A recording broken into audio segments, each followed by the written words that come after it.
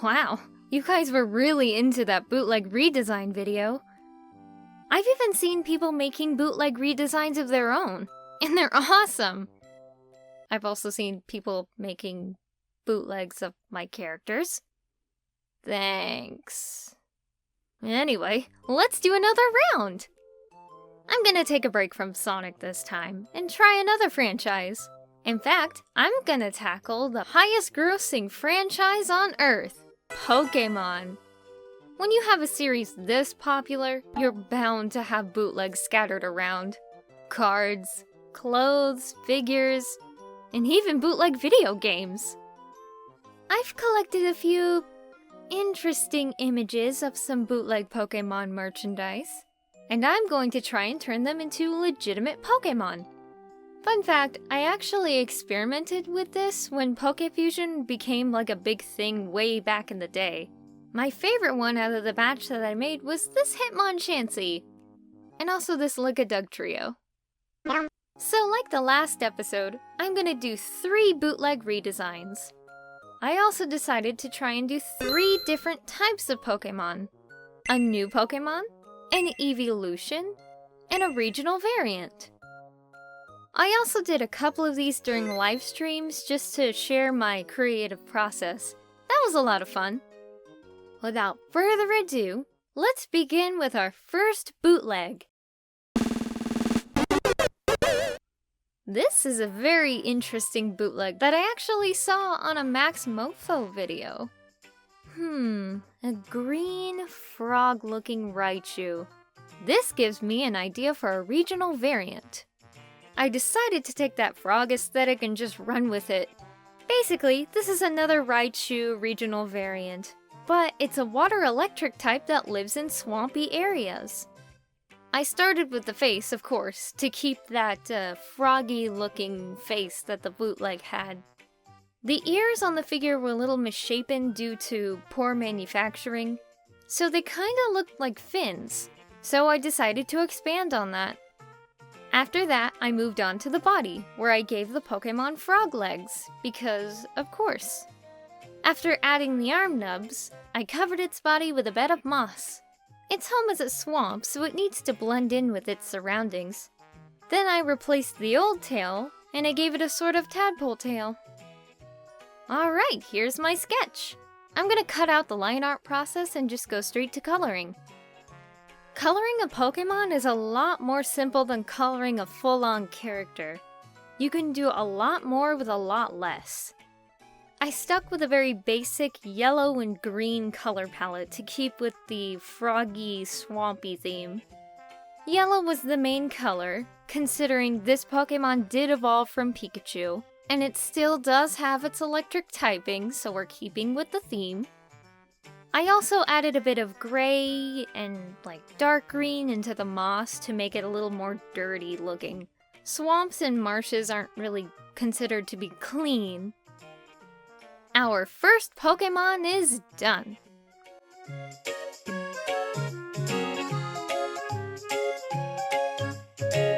I got a lot of different name ideas from when I was live streaming this, but I'm gonna have to keep it Raichu, since this is just a regional variant. Let's pretend this is Galar Raichu. It makes sense since England has wetlands, and the Galar region is based on the United Kingdom. I even wrote little Pokedex entries for these Pokemon that I've created. Here's the one for Galar Raichu. The Pikachu in the region have adapted to live in the swampy marshes of the Galar region. When they evolve, they grow fins to help them navigate the waters. They camouflage themselves with moss to avoid getting eaten by bigger Pokemon. Let's move on to the next one. I found this picture of a blanket, a bedsheet, something. Not sure what it is, but it does have a lot of designs to work with.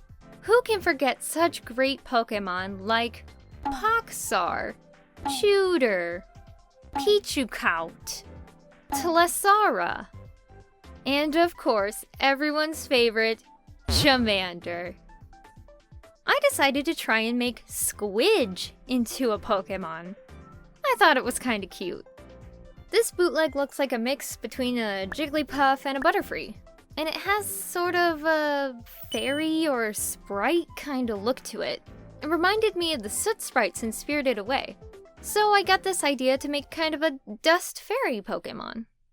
I started with just a basic circle body, and I played with different eyes and feet shape. I realized it was starting to look a little like Kirby, so I changed the shape of the mouth into a little triangle.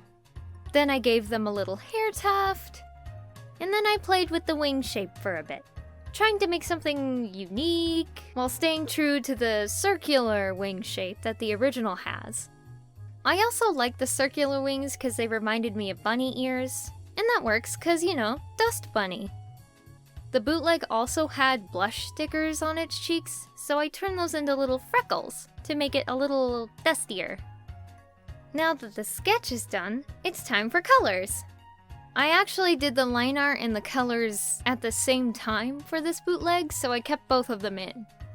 I wanted to experiment with a few things to get that dust particle look, so I played with the lines as I colored. I really wanted to capture that Soot sprite look. I also wanted to stay close to the colors that the bootleg came with. Pink and yellow is a really nice color combo, and it works really well with the fairy typing.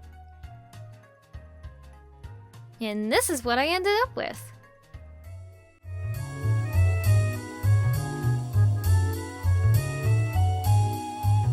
Now we've gone from Squidge to Dustixie, like Dust Pixie.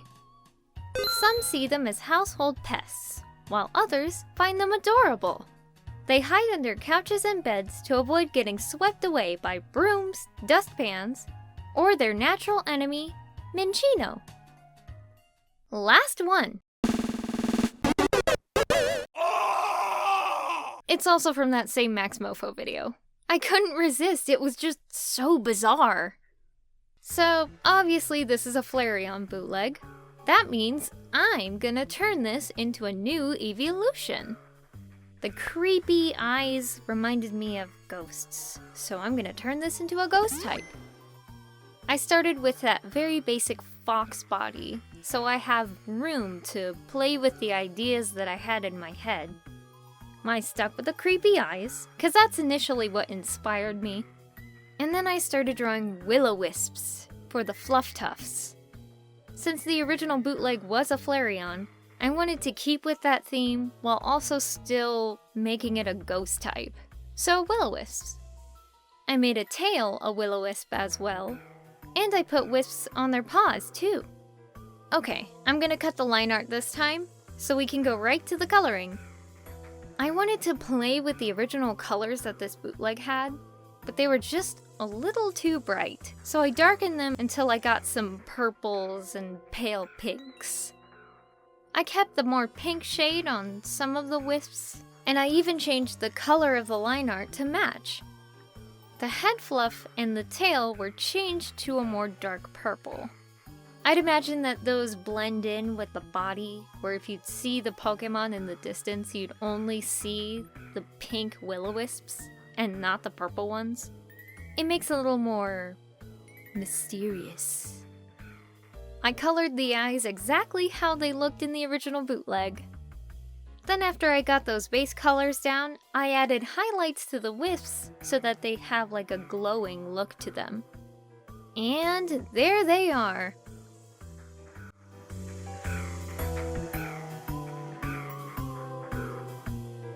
I'm gonna call them Spectreon, from the word specter.